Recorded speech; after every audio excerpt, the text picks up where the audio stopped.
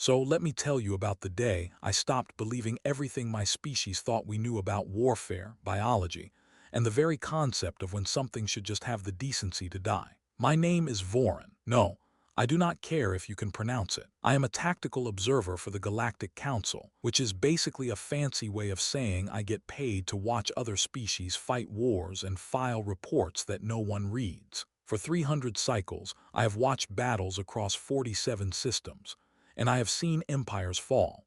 I have witnessed last stands that would make your sensory organs weep. I thought quite foolishly, as it turns out, that I had seen everything. Then I met the humans. More specifically, then I met Sergeant Jake Holloway, and my entire understanding of reality decided to pack its bags and go on vacation. It started on a planet called Draxus 9, a miserable ball of red sand and volcanic activity that nobody wanted, but everybody was fighting over because it sat on a strategic hyperspace lane. The Crin Dominion had decided this rock was worth dying for. Though the human forces disagreed, I was there to observe and document because apparently the Council wanted to see how these new species, these humans, handled real combat. The briefing I received about humans was, let us say, underwhelming bipedal mammals from a death world, moderate physical capabilities, notable for pack bonding and irrational persistence. That last part should have been in bigger font, maybe with flashing lights, perhaps an alarm. I was embedded with Thurin forces, observing from their command post. The Crin are professional soldiers scaled and efficient with centuries of military doctrine. They outnumbered the human contingent 3-1. They had better weapons, better armor, better everything. This was supposed to be a quick operation. Secure the valley, eliminate the human garrison, move on. The human base was a collection of prefabricated structures huddled in a canyon, maybe 200 soldiers total. The Crin general, a scarred veteran named Thex, was already planning his victory speech. They will break within the first assault, Thex told me, his tail swishing with confidence. Mammals always do. Too emotional. Too fragile. I nodded, made notes, and prepared to watch another predictable battle. Oh, how wrong we were, how spectacularly, impossibly wrong. And the attack began at dawn. Crin artillery hammered the human positions, turning the prefab structures into twisted metal. The shelling went on for 2 hours. Nothing could survive that bombardment. Nothing should have survived. I watched the readouts, saw the temperatures in that valley spike high enough to melt steel, and I started composing the report in my head. Human resistance eliminated in opening barrage. Expected outcome. Then the shelling stopped and the Crin ground forces advanced. That is when the shooting started. The humans were still there, still alive, still fighting.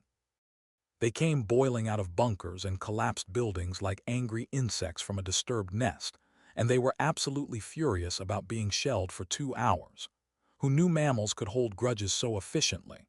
I watched through the observation screens as human soldiers, these supposedly fragile creatures, engaged in firefights with Crin troops who outweighed them by 50 kg. The humans did not fight like any species I had documented. They did not fall back to defensible positions. They did not attempt to preserve their forces. They attacked. They actually attacked while outnumbered, while outgunned, while their base was still on fire around them. This is illogical, I muttered, making frantic notes. Thix looked concerned for the first time. They should be retreating. Why are they advancing? Because, as I would learn, humans do not read the manual on how they are supposed to behave. The fighting was brutal. The Crin were trained, disciplined, and professional. The humans were none of these things. They were creative, unpredictable, and apparently operating on spite and caffeine. I watched one human soldier, yes, it was Holloway, though I did not know his name yet, use a damaged hover vehicle as a mobile barricade, pushing it forward while his squad advanced behind it, firing the entire time. The Crin tried to flank them. Holloway, without any apparent concern for military doctrine or his own survival, grabbed what looked like an explosive charge, sprinted directly at the flanking force and threw it into their midst. The explosion sent Crin's soldiers flying. Holloway did not even slow down. He just kept running, shooting, and apparently having the time of his life. These creatures are insane, they said, and I had to agree. The battle raged for 6 hours. 6 hours of humans refusing to do what they were supposed to do, which was die. They held that valley through sheer stubbornness and what I can only describe as weaponized audacity. The Crin finally fell back to regroup, and I transmitted. My initial report. Human forces demonstrate unexpected resilience and aggression. The casualties significant, but morale remains high. Further observation required. What I should have written was, send help. These mammals are terrifying. The next assault came 3 days later. The Crin had reinforced, brought up heavier weapons, and were determined to end this embarrassment. I was still with them, still documenting, still trying to understand what I was seeing. The humans had reinforced too, somehow getting supplies through the Crin blockade. Do not ask me how. Every time I thought I understood human capabilities, they did something else impossible. The second battle made the first one look like a friendly disagreement. The Crin came in with armor support, heavy walkers that could punch through fortifications. The humans responded with shoulder-fired missiles, improvised explosives, and in one memorable case, a human soldier who somehow climbed onto a walker and started pulling panels off until he could drop grenades inside. That was Holloway again. I was starting to recognize his particular brand of crazy. He was, I noted, a sergeant. His squad followed him with the kind of loyalty that I had only seen in species with biological pack bonds. Humans, I was learning, formed these bonds with everyone. Their squad, their unit, their species. They pack-bonded with their weapons for crying out loud. I watched Holloway pat his rifle like it was a pet. The fighting concentrated around a ridge that overlooked the main human position. Whoever held that ridge controlled the valley. The Crin knew it. The humans knew it. It became the focal point of everything. Holloway's squad was assigned to hold the ridge. 12 humans against repeated Crin assaults. I watched through drone feeds documenting what I was certain would be their last stand. They held for 2 days. 2 days of constant attacks, no sleep, limited supplies, and these mammals just kept fighting. They took casualties. They ran out of ammunition and started using Crin weapons. They ran out of those and started throwing rocks, actual rocks. One human, a woman named Thompson, killed a Crin soldier with a rock to the head and then used his weapon against his own squad. If this is not normal behavior, I kept repeating into my recorder. This level of persistence is not documented in any species profile. Was no longer confident. He was angry and frustrated and possibly beginning to fear these strange mammals who would not stop. On the second night of the ridge defense, the Crin launched what was supposed to be the final assault. Everything they had all at once. Overwhelming force. The humans could not possibly hold. That is when Holloway got shot. I saw it happen through the drone feed, but Crin energy weapon direct hit to his chest. The impact threw him backwards. His armor sparked and melted. He went down hard and did not move. His squad was screaming on the comms. Human voices filled with grief and rage, which I was learning was a very bad combination when it came to this species. They fought even harder, if such a thing was possible, driving back the Crin assault through sheer fury. But Holloway was dead. I saw the hit. I saw him fall. I marked his status as killed in action in my report, added him to the casualty list, and felt something I had not expected to feel: regret, sadness. This insane human who fought like a creature possessed had earned my respect, and now he was gone. The CRN pulled back. They had taken too many casualties. Dex was already planning the next assault, but I could see doubt in his eyes. These humans were costing too much. They were supposed to be easy. The human forces held a brief memorial service for their fallen. I monitored the communications, learning about human funeral customs. They spoke about Holloway with affection and grief, talked about his courage, his humor, his dedication to his squad. It was touching in a way I did not expect. Then they loaded his body into a transport with the other casualties and continued fighting because, of course, they did. The next Crin assault came at dawn because military commanders apparently never get tired of dawn attacks. This one was different. The Crin brought incendiary weapons, planning to burn the humans out of their positions. If explosives and energy weapons would not work, fire would. They were not wrong. The fire was effective, terrifyingly effective. The human positions were engulfed in flames hot enough to melt rock. I watched the temperature readings climb beyond anything a biological organism could survive. The screams on the human comms were horrible to hear. The Crin advanced through the burning hell they had created, and for the first time the human lines broke. They fell back, dragging wounded, coughing from smoke inhalation. Their armor scorched and melted. It looked like the end. The X was triumphant. Finally, they break. The human retreat was orderly but desperate. They fell back to their secondary positions deeper in the valley. The Crin followed, pressing the advantage, determined to end this once and for all. That is when the explosion started. The humans had mined the entire approach, booby-trapped everything. The advancing Crin walked into a killing field of improvised explosives that turned their triumphant advance into a panicked retreat. The humans, even while falling back, even while burned and desperate, had prepared one more surprise. They planned this. I said, amazed. They planned their own retreat and turned it into a trap. The X was no longer speaking. He was just staring at the casualty reports with what I recognized as shock, and the battle stalemated after that. The Crin could not advance through the mines. The humans could not push forward through the burned zones. Both sides dug in, and I settled in for what looked like a prolonged siege. That is when things got really weird. 3 days after the fire attack, 3 days after I had personally documented his death, Sergeant Jake Holloway walked into the human command post and asked for coffee. I know this because I was monitoring all human communications. I heard the commotion, heard someone scream, heard a lot of very creative human profanity. Then I heard a voice I recognized, slightly hoarse but definitely alive, say, "What? What is everyone freaking out about?" I pulled up the security feed from inside the human base. There he was, wholly walking, talking. His chest was bandaged. He looked like he had been through a fire, which he had, but he was absolutely, impossibly alive. I rewound my footage from 3 days ago, watched the shot that killed him again. The energy weapon hit, the impact, the fall. He was dead. He had to be dead. Nothing survives that kind of shot. Nothing. But there he was, drinking coffee and asking where his rifle was, because apparently even death was not going to separate this human from his favorite weapon. I transmitted an urgent message to my superiors. Previous casualty report requires correction.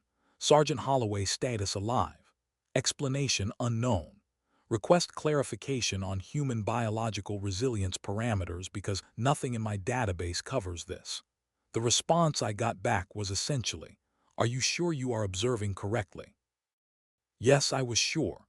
I was watching a dead man drink coffee and complain about the quality of the medical bay.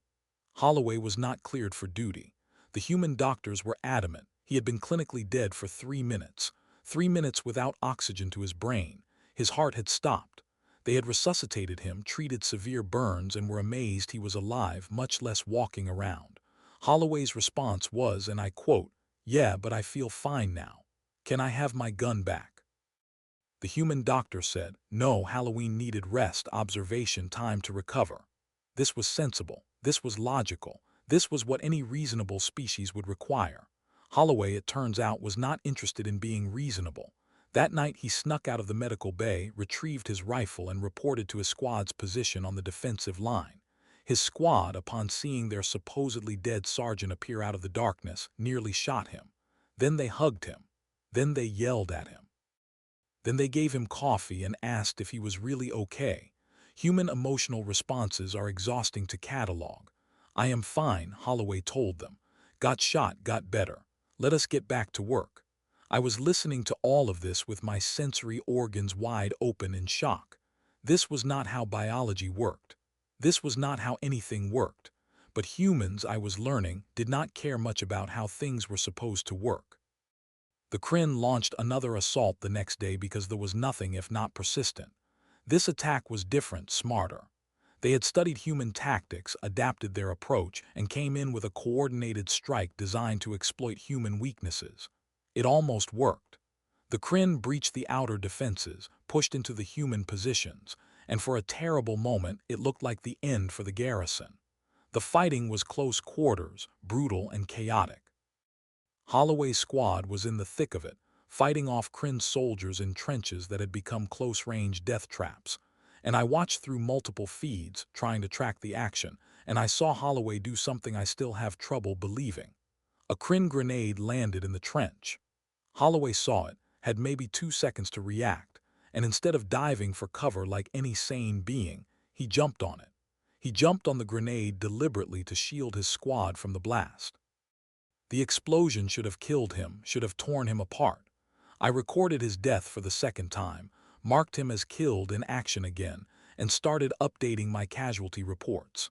His squad was screaming. The humans were calling for medics. I was preparing the documentation for my report about how even the most resilient species has limits. Then Holloway stood up. He stood up from a grenade blast that he had jumped on with his own body. His armor was shredded. He was bleeding from multiple wounds, but he was standing. He was conscious, and he was somehow still shooting at Crin's soldiers. "Medic," he called out, his voice steady despite the fact that he should be dead. "I am going to need a medic after we clear this position." After they cleared the position, this human had just used his body as a grenade suppressor and was planning his medical treatment around completing the mission first. I stopped recording, stopped making notes, just watched in stunned silence as Holloway continued fighting, his squad rallying around him with the kind of ferocious determination that made the Crin assault falter and then break. But the humans held again impossibly. When the fighting stopped, I watched the medics work on Holloway. Shrapnel wounds across his back and legs, burns, concussion, internal bleeding. The list of injuries was extensive enough that any reasonable being would be dead or commiase. Holloway was arguing with the doctor about whether he needed surgery right away or if it could wait until after the next expected attack. The doctor, a grizzled human named Fletcher, had apparently dealt with Holloway before. "You are going into surgery now, Sergeant, or I will sedate you and drag you there myself." "That seems aggressive," Holloway replied, then passed out from blood loss. They operated on him in a field hospital while Crin artillery started shelling the valley again. I listened to the surgical teamwork, their calm professionalism while explosions shook the building. They pulled out 17 pieces of shrapnel, repaired internal damage, and patched him back together. "He will live," Dr. Fletcher announced after 8 hours of surgery, "but he is done fighting, at least for this deployment. Maybe forever. His body has taken too much damage." I filed this report with a sense of relief. Holloway had survived again against all probability, but at least now he would be evacuated, sent somewhere safe. His war was over. I should have known better. 2 days later, while still recovering from surgery, while supposedly under strict medical supervision, Holloway disappeared from the medical facility. Where did he go? Back to his squad. Back to the defensive line. Back to fighting. The human command structure had what I can only describe as a collective breakdown. Orders were issued.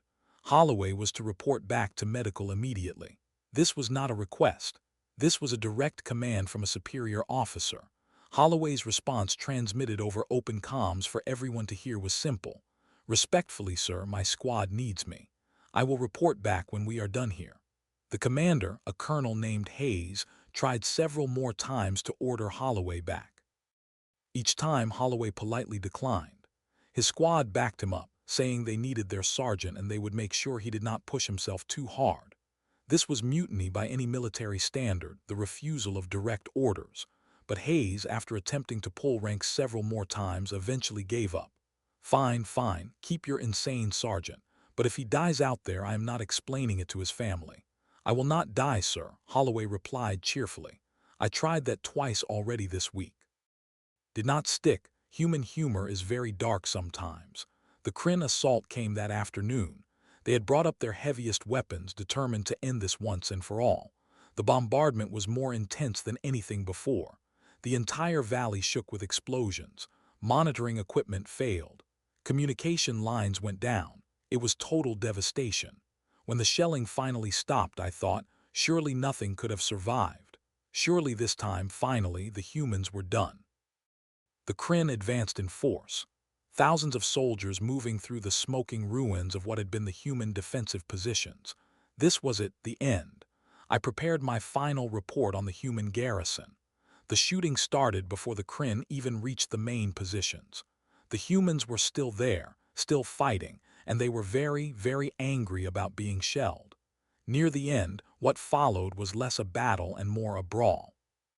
Humans fighting from collapsed bunkers, ambushing from rubble, using destroyed vehicles as cover.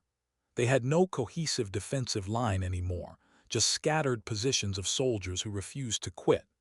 And in the middle of it all was Holloway, leading his squad in a fighting retreat through the ruins, making the Crin pay for every meter of ground. I watched him through fragmentary feeds, appearing and disappearing in the smoke and fire. He had been shot, burned, and blown up multiple times in the last week. He should be dead several times over. But there he was, fighting with the kind of determination that made me question everything I knew about biological limits. The Crin pushed deeper, the human perimeter contracted. It looked like the end. It had to be the end. Nothing could change this outcome. That is when the human reinforcements arrived.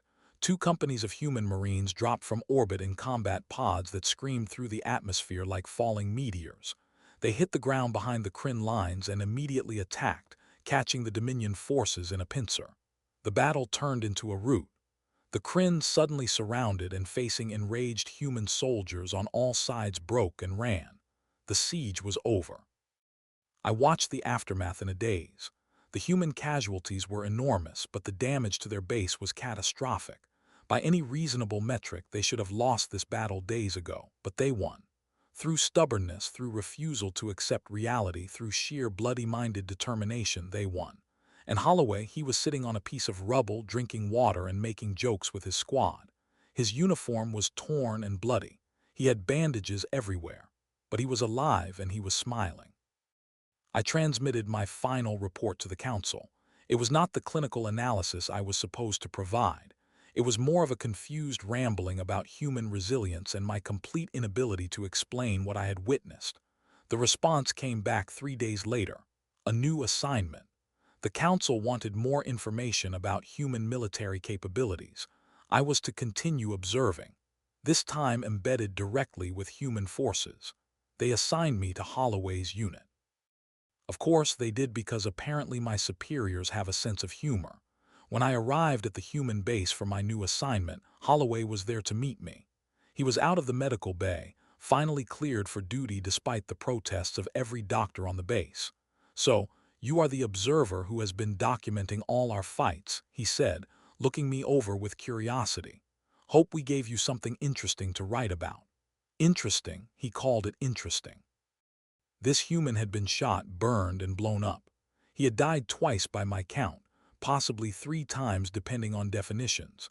He had violated direct orders, fought while critically injured, and somehow survived all of it. And he thought it was just interesting. "Sergeant Holloway," I said carefully, "I have been a tactical observer for 300 cycles.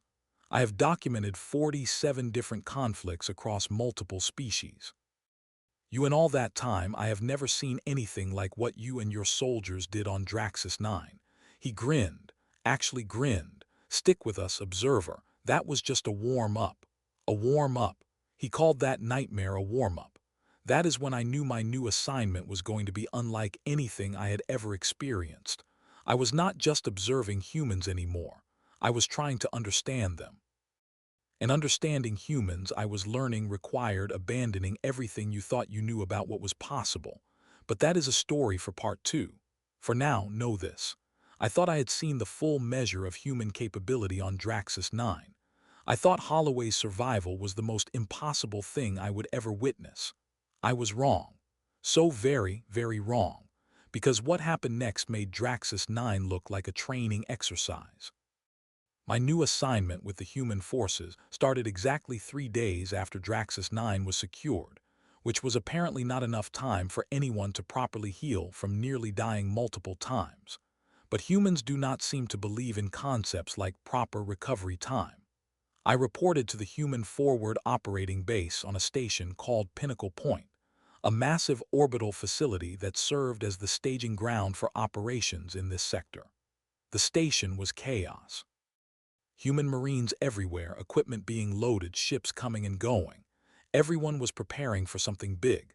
I found Holloway in the training bay running combat drills with his squad. Running. This man had been in surgery 1 week ago, pulling shrapnel out of his spine, and now he was sprinting through obstacle courses like nothing had happened. "Observer Voran," he called out when he saw me, not even breathing hard. "Welcome to the team. You are just in time. We ship out in 6 hours." 6 hours. I had barely unpacked my observation equipment. "Ship out to where?" I asked, pulling out my recording devices. "Classified," said a new voice behind me. I turned to find a human female, tall and scarred, with the insignia of a captain on her uniform. "But since you are embedded with us now, I suppose you will find out soon enough. I am Captain Rita Alvarez. I command the strike team Holloway's squad is attached to." She looked me over with the kind of assessment that reminded me why humans were such effective predators. Her eyes missed nothing. "You watched the Draxus 9 operation." She said it was not a question. "I did. I documented everything." "Good. Then you know what we are capable of. What you are about to see will make Draxus 9 look like a training exercise." She smiled, but it was not a friendly smile. It was the smile of S. Omion, who knew something terrible was about to happen and was looking forward to it. I should have requested a transfer right then. The briefing came 3 hours later. The entire strike team assembled in the operations room. If humans, all veterans, all carrying themselves with that peculiar human confidence that bordered on arrogance, but was backed up by disturbing competence. Captain Alvarez brought up a holographic display. It showed a planet heavy with industrial development. "This is Corin Prime, the main manufacturing center for the Crin Dominion in this sector. Intelligence indicates they are building a super weapon here, something that could shift the entire balance of power in the war," ran through the assembled soldiers. I made notes already calculating the odds of a successful assault on such a heavily defended target. The numbers were not encouraging. "Our mission," Alvarez continued, "is to infiltrate the planet, reach the manufacturing facility, and destroy the weapon before it becomes operational. This is a stealth operation. We go in quiet, do the job, get out before they know we were there. A stealth operation. 50 humans trying to sneak onto the most heavily guarded planet in the sector. This was insanity." "Questions?" Alvarez asked. Holloway raised his hand. "What is the expected survival rate for this mission, Captain?" Alvarez did not hesitate. "Command estimates 30% of us will make it back. 30%. 7 out of 10 humans in this room would likely die." I waited for the protests, the objections, the very reasonable concerns about a suicide mission. Instead, the humans started checking their equipment and making jokes.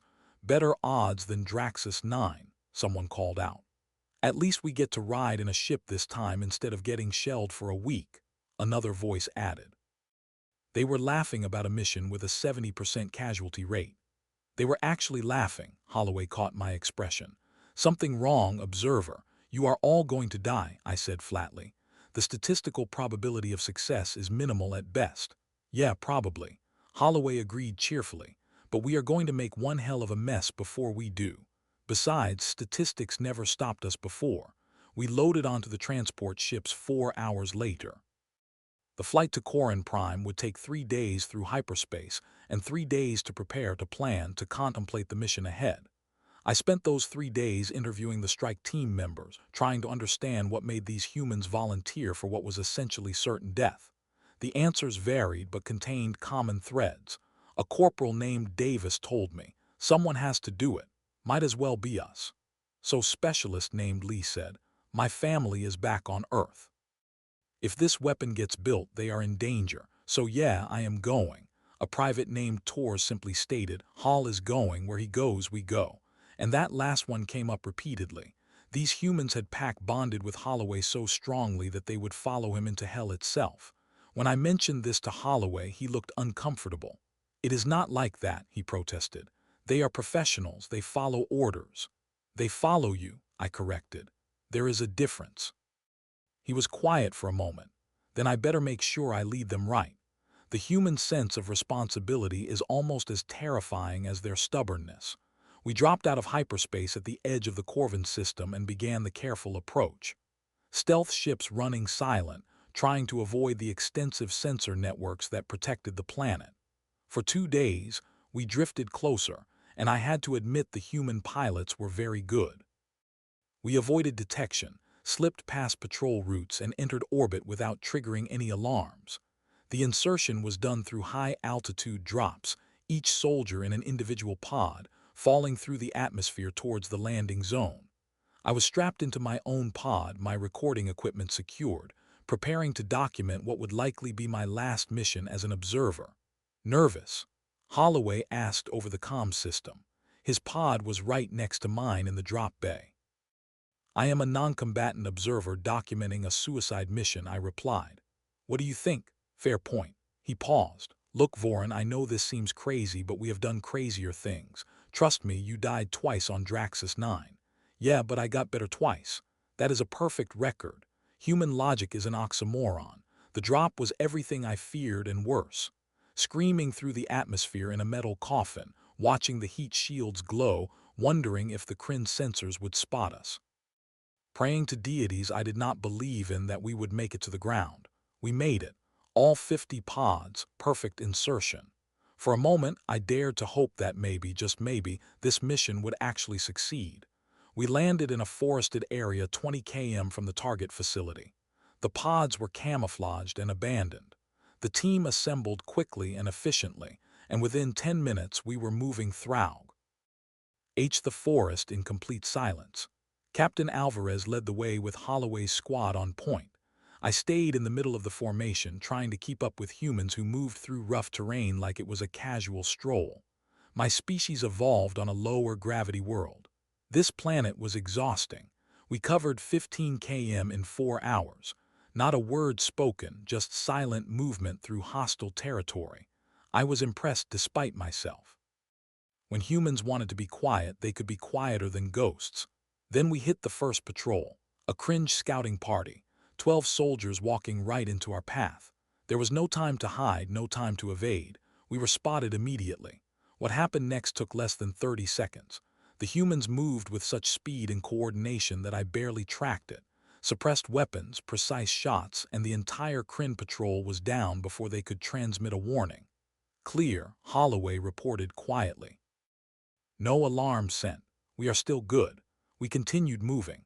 Stepping over CR bodies like this was routine for these humans. It probably was. The facility came into view as the sun was setting. It was enormous. A sprawling complex of buildings and defensive structures covering several square km, walls, guard towers, sensor arrays, and enough soldiers to garrison a small city. We were supposed to sneak into that. Captain Alvarez called the team leaders together for a quick briefing. I listened in, recording everything. We breached the perimeter here, she said, indicating a point on her tactical display. Weak spot in the sensor coverage. Once inside, we split into 3 teams. Alpha team takes out the power station. Bravo team secures the command center. Charlie team, that is us, goes for the weapon itself and plants the charges. What about extraction? Someone asked. Alvarez was quiet for a moment. If we complete the mission, extraction teams will be waiting at these coordinates. If we do not complete the mission, extraction does not matter because we will all be dead along with everyone else when that weapon activates. The humans nodded like this was perfectly reasonable planning. The infiltration began at midnight. Using equipment I did not fully understand, the humans cut through the perimeter fence without triggering the sensors. We slipped inside, moving between patrol routes, avoiding guard posts, 50 people sneaking through one of the most secure facilities in the sector. It worked for exactly 20 minutes. Then someone spotted us. A cringe guard on a routine check, right place at the wrong time. He saw us, reached for his comm, and died before he could transmit. But the damage was done. His missed check-in would trigger an alarm within minutes. Double time, Alvarez ordered. We have maybe 5 minutes before this place locks down. We ran. So much for stealth. The team split up, racing for their objectives, trying to complete the mission before the entire facility came down on our heads. Holloway's squad, my assigned unit, was part of Charlie team heading for the weapon facility. We sprinted through corridors, past storage areas, taking down scattered cringe soldiers who were still confused about what was happening. Then the alarms went off. Every light in the facility turned red. Last doors started closing. We heard the sounds of Crin forces mobilizing throughout the complex faster. Holloway urged, "We need to reach the weapon bay before they seal it." We made it with seconds to spare, sliding under a descending blast door that would have cut us in half. On the other side was a massive chamber, and in the center of it was the weapon. I recognized the design immediately, a planet cracker, a device that could destabilize a world's core and tear it apart from the inside. If the Crin completed this, they could destroy entire systems. "Plant the charges," Captain Alvarez ordered. "We have maybe 10 minutes before the Crin breach this chamber." The demolition specialist, a quiet human named Park, went to work setting explosive charges around the weapon's power core. The rest of us set up defensive positions at the entrances, preparing for the inevitable assault. It came faster than expected. Crin soldiers poured through every access point, and suddenly we were in a firefight in close quarters. The humans held their positions, their training and experience showing as they methodically cut down attackers. I crouched behind a console, recording everything, watching humans fight with a precision that contradicted their reputation for chaos. They covered each other, called out targets, moved like parts of a single organism. Holloway was everywhere, directing fire, filling gaps in the defense, somehow keeping track of everything happening at once. I understood why his squad followed him. He led from the front, took the same risks he asked of them, and never asked them to do anything he would not do himself. "Charges set," Park called out. 5-minute timer. "We need to leave now." "All back," Alvarez ordered. "Controlled retreat. To the extraction point." We ran again, fighting as we went. The Crin were everywhere now, the entire facility mobilized. We took casualties. 3 humans fell in the first corridor, 2 more at a checkpoint. The team was bleeding, but we kept moving. We emerged into the main courtyard between us and the perimeter fence, where we entered between us and escape. Except now there were approximately 200 Crin soldiers between us and freedom. "Oh, that is not good," someone muttered. "Alternate route?" Holloway asked. "No time," Alvarez replied, checking her tactical display. "We have 3 minutes before those charges blow, and we are still inside the blast radius." "So we go through them," Holloway said like this was obvious through 200 soldiers. I could not help but interject. "That is impossible." Holloway looked at me and he was smiling. "Actually smiling, you keep using that word. I do not think it means what you think it means." Then he charged, just started running directly at 200 enemy soldiers, firing as he went. His squad, because they were all apparently insane, charged with him. The rest of the strike team had maybe 2 seconds to decide. Follow the crazy humans or stay behind and die when the facility exploded. It was not really a choice. We all charged. What followed was less a battle and more controlled chaos. The humans hit the Crin line like a hammer, not trying to fight everyone, just punching through, creating a gap. We took casualties, more humans fell, but the momentum carried us forward through the Crin formation towards the perimeter. I ran in the middle of it all. My recording equipment clutched to my chest, watching humans die to buy seconds for the rest of us to escape. They did not hesitate, did not question, just fought and died so others could live. We hit the perimeter fence. Some humans went over, some went through, some just blasted holes and ran. The Crin were right behind us, firing, pursuing, and somewhere behind us that weapon facility was about to explode. "Run!" Alvarez was shouting. "Just run!" We ran through the forest away from the facility as fast as our legs could carry us. I lost count of how many were still with us, just focused on running, on escaping, on surviving the next few seconds. The explosion, when it came, was everything we hoped for and more. The weapon detonated, taking the entire facility with it. The shockwave knocked us down, sent trees flying, turned night into day for a brief, terrible moment. I lay on the ground, my audio sensors ringing, my visual inputs filled with white light, wondering if I was dead. Then I heard voices, human voices, counting off, checking in, confirming who was still alive. We had lost 23 people. 23 humans who would never go home, but 27 of us survived, including Holloway, Alvarez, and by some miracle myself. The extraction took 2 hours. Human ships swooped in under cover of the confusion, picked us up, and jumped to hyperspace before the Crin could organize a response. We had done it, completed the mission, destroyed the weapon, survived. In the transport back to Pinnacle Point, I sat next to Holloway. He was bandaged again, had taken shrapnel from the explosion, but was alive and already making plans for the next mission. That was the most insane thing I have ever witnessed, I told him. That was Tuesday, he replied. Wait until you see what we do when things get really difficult. I looked at this human, this impossible creature who had been shot, burned, blown up multiple times and kept coming back for more. I thought about all the humans I had watched, their stubbornness and courage and absolute refusal to accept defeat. Holloway, I said carefully, why do you keep doing this? You could request safer assignments. You have more than earned it. He was quiet for a moment, looking at the surviving members of his squad. Because someone has to, he said finally. Because if people like us do not stand up and fight, then who will? Because every mission we complete, every weapon we destroy, every battle we win means someone back home gets to live in peace for another day. Even if it kills you, especially if it kills me. He looked at me directly. That is the deal, Voran. That is what soldiers do. We go into the dark places so others do not have to. We face the impossible so everyone else can sleep safely. And yeah, a lot of us do not come back. But the ones who do, we make sure their sacrifice meant something. I had no response to that. What could I say? This was what humans were. Not the strongest species, not the smartest, not the longest lived, but the most determined, the most stubborn, the ones who would stare down impossible odds and charge anyway because someone had to. We returned to Pinnacle Point to a hero's welcome. Command was ecstatic. The mission had succeeded beyond expectations. The Crin superweapon was destroyed, their plans in shambles. The war effort had been given new life.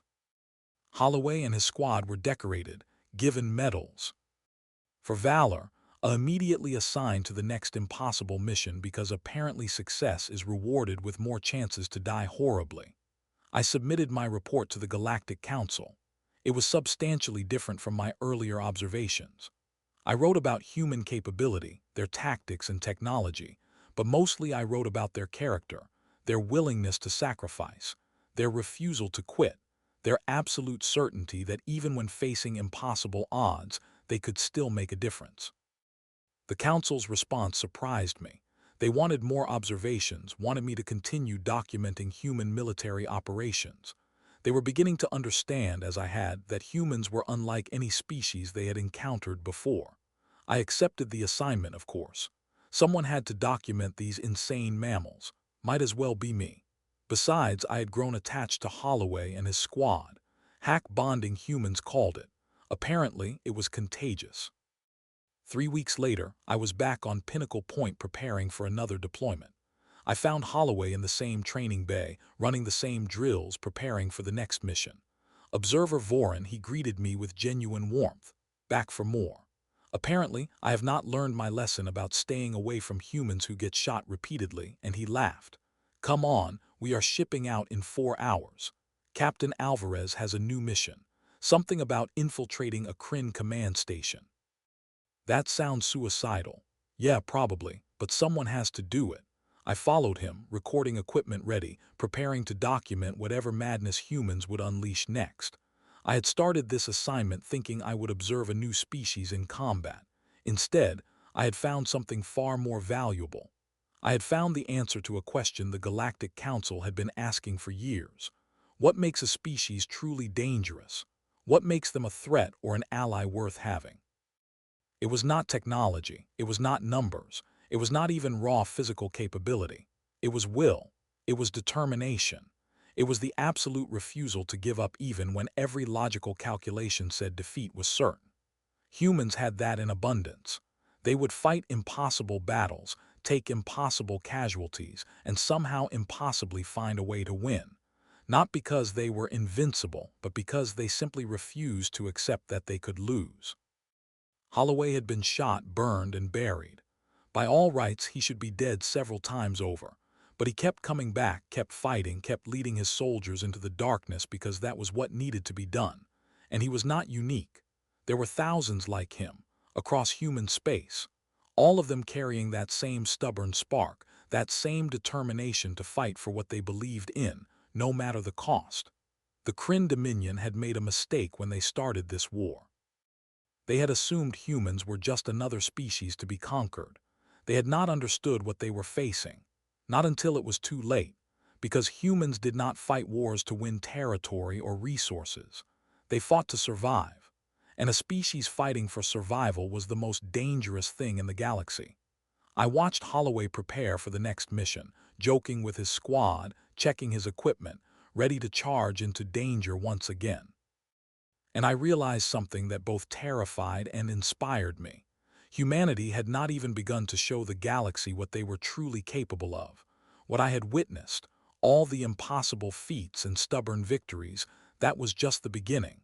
Humans were still learning how to wage war on a galactic scale, still figuring out their place among the stars. What would they be capable of in 10 years? 100. When they truly understood their own potential, the galaxy was going to find out, and I would be there to document it all. "Ready, observer?" Holloway asked, interrupting my thoughts. I checked my recording equipment one last time. As ready as anyone can be when following humans into certain doom. He grinned. "That is the spirit. Come on, let us go make history." We loaded onto the transport, joining the rest of the strike team.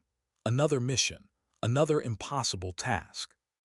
Another chance for humans to demonstrate that impossible just meant it had not been done yet. As we lifted off from Pinnacle Point, heading for whatever fresh madness awaited us, I transmitted one final message to the Galactic Council. It was short, direct, and summarized everything I had learned about humanity in the simplest terms possible. Recommendation: do not fight the humans, befriend them, because if they are on your side, you will win, and if they are against you, you have already lost. You just do not know it yet. Holloway caught me sending the transmission. What was that about? He's just updating my superiors on human capabilities. What did you tell them? I considered my answer carefully. I told them the truth, that you are all completely insane and we should be very grateful you are in our side. He laughed and the rest of the squad joined in. They thought I was joking. I was not. Not even a little bit. But that was fine. Let them laugh. Let them joke. Let them face the universe with that peculiar human confidence that bordered on madness but was backed by courage I had never seen in any species. Because somewhere out there, the enemies of the Galactic Council were making plans, building weapons, preparing for war, and they had no idea what was coming for them. Sergeant Jake Holloway and thousands like him who had been shot and burned and buried and blown up and who kept getting back up, who kept fighting, who kept winning. The galaxy was going to learn what I had learned, what the Crin had learned too late, that when you kill a human, when you think you have finally stopped them, when you bury them and move on, you should probably check twice because chances are they will report for duty anyway. And then you are in real trouble.